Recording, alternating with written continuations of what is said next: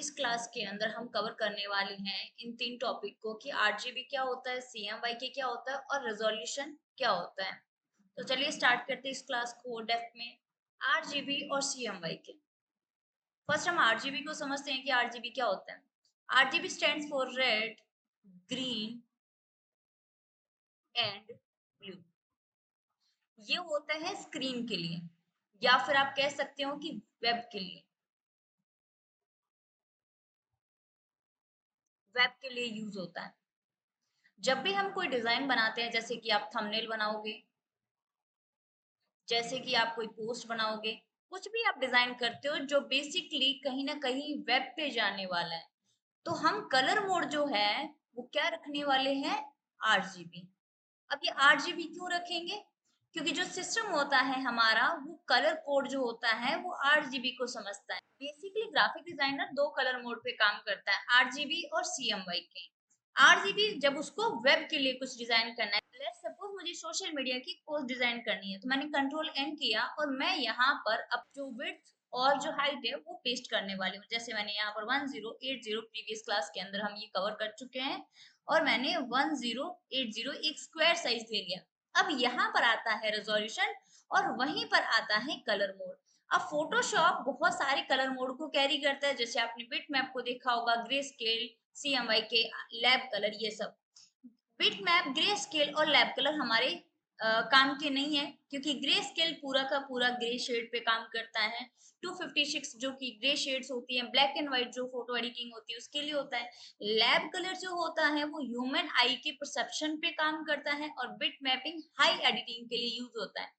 तो हमारे लिए जो काम की है वो है आरजीबी और सीएमवाई के। मैंने यहाँ पर आरजीबी सेलेक्ट किया। अब मैं अगर कोई डिजाइन क्रिएट करती हूँ तो जो उसकी क्वालिटी है वो एक स्क्रीन के हिसाब से काम करेगी। कोई सा भी आप कलर लेके चल सकते हो, जैसे मैंने यहाँ पे एक कलर लिया और वो कलर आपने कोई सा भी रख लिया, जैसे आपका मन किया ये वाला कलर आपने सामने रख लिया।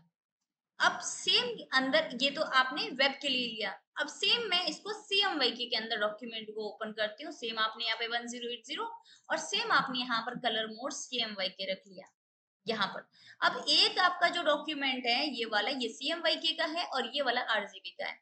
अब दोनों आपको किस तरीके से डिफरेंस क्रिएट करते हैं, सेम मैं ये वैल्यू है इसको कंट्रोल सी करके और इसके अंदर कंट्रोल वी करते हैं। अब आप चेक करो कि किस तरीके से इसने कलर्स के अंदर डिफरेंस किया है। तो जब स्क्रीन पे जाएगा तो जो चीजें होती है वो ब्राइट दिखेगी आपको। जब आप रेड को 100% करते हो, ग्रीन को 100% करते हो और ब्लू को भी 100% करते हो, तो ये क्या प्रोड्यूस करेगा, कौन सा कलर, व्हाइट कलर, यानी कि लाइट पार्ट।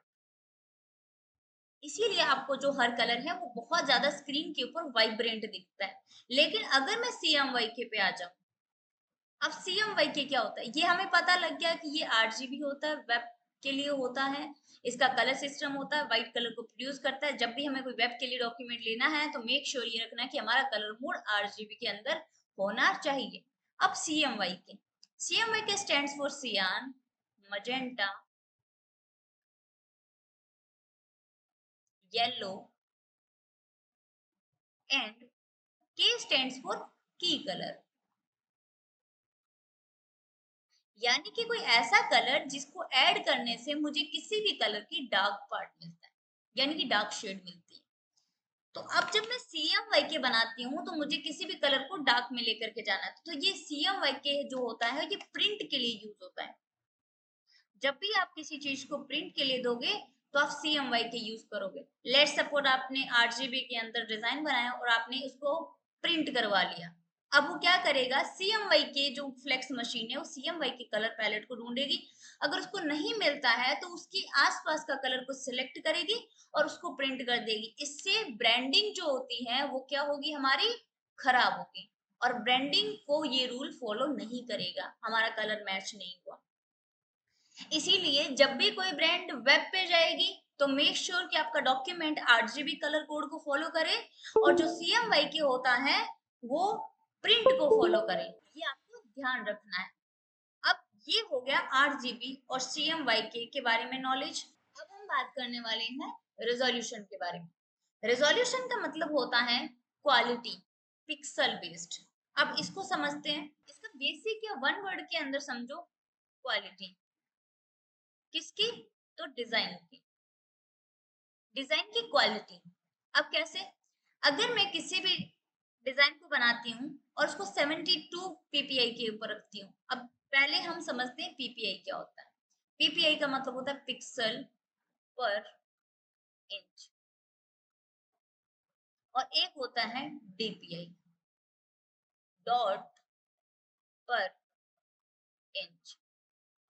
ये होता है प्रिंट के लिए, ये होता है वेब के लिए। क्योंकि वेब के ऊपर हमें इतनी क्वालिटी की रिक्वायरमेंट होती नहीं है, हम स्क्रीन को बहुत पास से देख रहे होते हैं, इसीलिए वो पिक्सल्स पे काम करता है। जो भी आप वेब पे अपलोड करते हो वो पिक्सल से मिल करके बनता है, चाहे वो वीडियो हो, चाहे वो कोई भी इमेज हो, रास्टर बेस्ड होती है तो वो एक पिक्सल पे काम करता है। लेकिन जब हमें इसको प्रिंट करवाना रहता है तो वो डॉट पर काम करती है, यानी कि वेक्टर बेस्ड होनी चाहिए। तो जब मैं प्रिंट के लिए जाऊं तो इसकी क्वालिटी हायर होनी चाहिए, इसकी क्वालिटी अगर हायर हो, मीडियम हो, चलेगी। तो जब भी मैं सिलेक्ट करूंगी कलर मोड, मैं जब भी कलर मोड सिलेक्ट करूंगी और वो अगर कलर मोड 8 GB है तो क्या रखना है, 72 से लेकर के 150 या फिर आप 300 रख सकते हो। ये वेब के लिए आइडेंटिकल होता है। लेकिन अगर आप यहाँ पर CMY के सिलेक्ट करते हो देन मस्ट यहाँ पर 300 होना चाहिए, 300 पीपीआई। अगर फोटोशॉप जो A4 साइज वगैरह होते हैं, अगर आप उसको प्रिंट करवाने जा रहे हो तो मेक श्योर रेजोल्यूशन 300 टर्म को फॉलो करें और CMY के यहाँ पर हो। और अगर आप इलस्ट्रेटर में बनाते हो तब भी आपको इसको 300 के ऊपर ही रखना होता है। आप 250 रख सकते हो, 150 रख सकते हो, 72 रख सकते हो, ये सब वेब के लिए रख सकते हो, लेकिन 300 आपको रखना है प्रिंट के लिए जाना है। तो क्विकली आपको 2-3 चीजें बता देती हूँ, अब आप इन डेप्थ में समझ गए। तो 8 GB और रिजोल्यूशन 72, 150, 200 या 250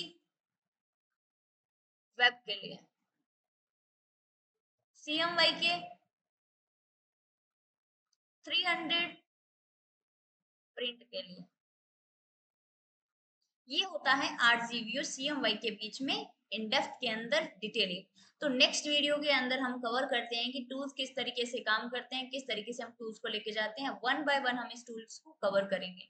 thank you so much guys. Next video के अंदर हम नए टूल को एक्सप्लोर करते हैं। अगर आपको वीडियो अच्छा लगा हो तो लाइक करिए, कमेंट करिए, शेयर करना ना भूलें। हम पूरी सीरीज के अंदर मैं मेक श्योर करूंगी कि मैं आपको पूरी अच्छे से ग्राफिक डिजाइनिंग को कंप्लीट करवाऊं।